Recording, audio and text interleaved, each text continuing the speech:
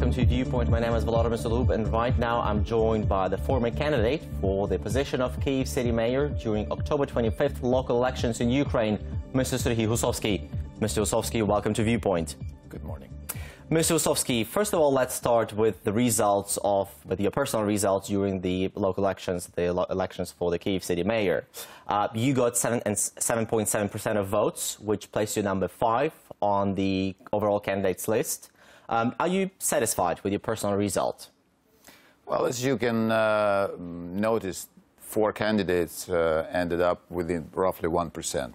I mean, so it was really a tough competition, first of all, and second of all, knowing about all those, let's say, cases related to political corruptions, because, I mean, the voters were influenced heavily by money, particularly students and pensioners, so those who appreciated donations from political parties that, you know, that were Mr. Sosa, let's talk about the corruption, and let's talk about the cases of falsification a bit later. We would like to discuss a bit the results, the campaign. Now that you're looking back at your campaign, is there something you could have done differently, which you think might have placed you, might have made you get to the runoff? Well, as always, you want to have a bit more time. And so having that time, you could capitalize more on, let's say, communicating with, people on the streets and, bringing your position and bringing your details of your program to them. But at the same time, we are quite satisfied with the result that our party got, because we used to have 5 seats in the city parliament. Now we have 22 seats, and we are second largest faction. So it gives us quite a lot of opportunities, and our influence on all the issues and processes in Kyiv will be much higher and bigger. But is it just the time which you were lacking?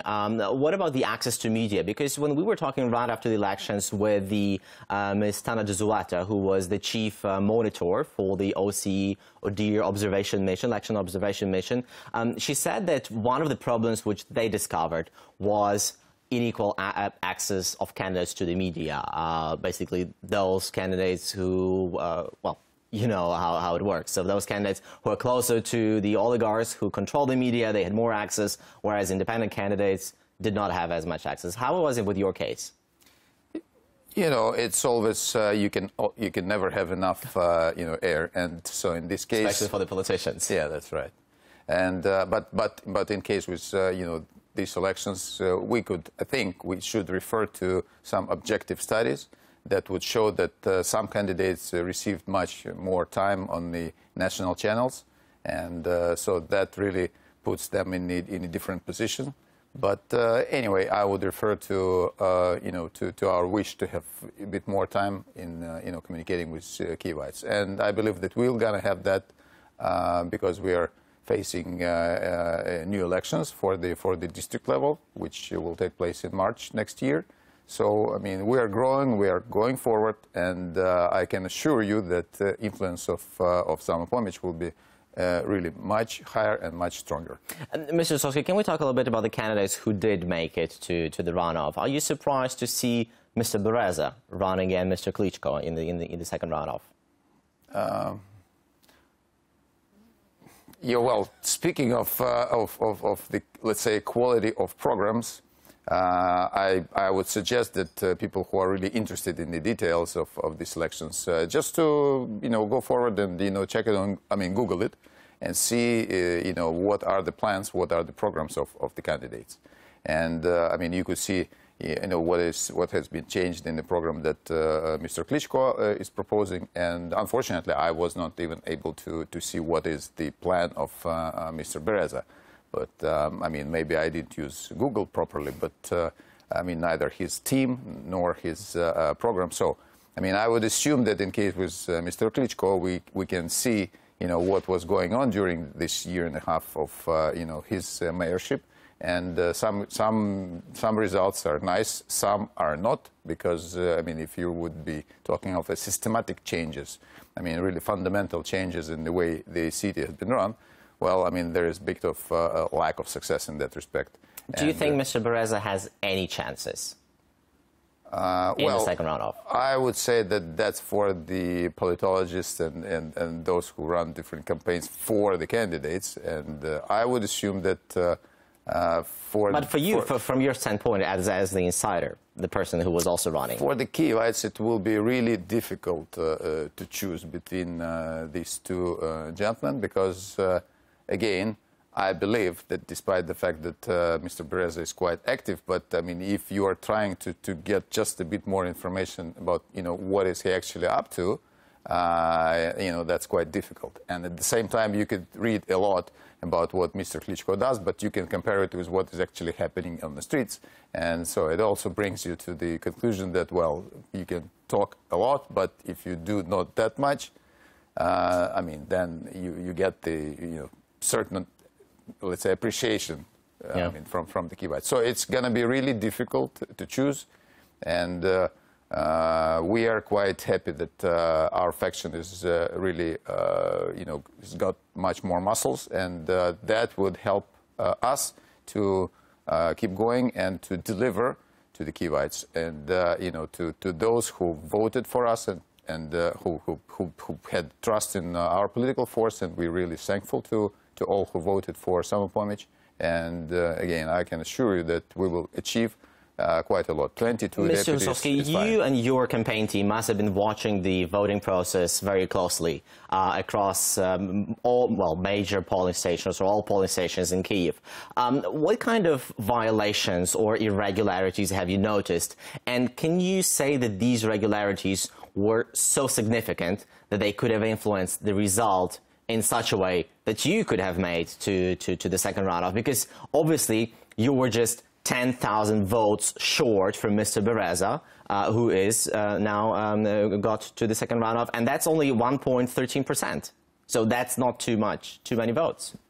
Yeah, I mean, we had our observers on all of the voting stations, and we had numerous, let's say, concerns about how actually the bulletins were counted, and but much more than that, we knew that during, let's say, at least 1 month before the election day, I mean, there were really serious activity related to actually political corruption. So when certain political forces were literally buying votes. What do you mean? What do you mean by that? Can you explain to our viewers what in Ukraine means to buy vote? Yeah, if I mean, let's say you're a student and you need some money, as I believe all students are, and I mean, you're approached by a certain person, and you're proposed to receive certain amount of hryvnias in exchange for your, let's say, loyalty to a certain candidate.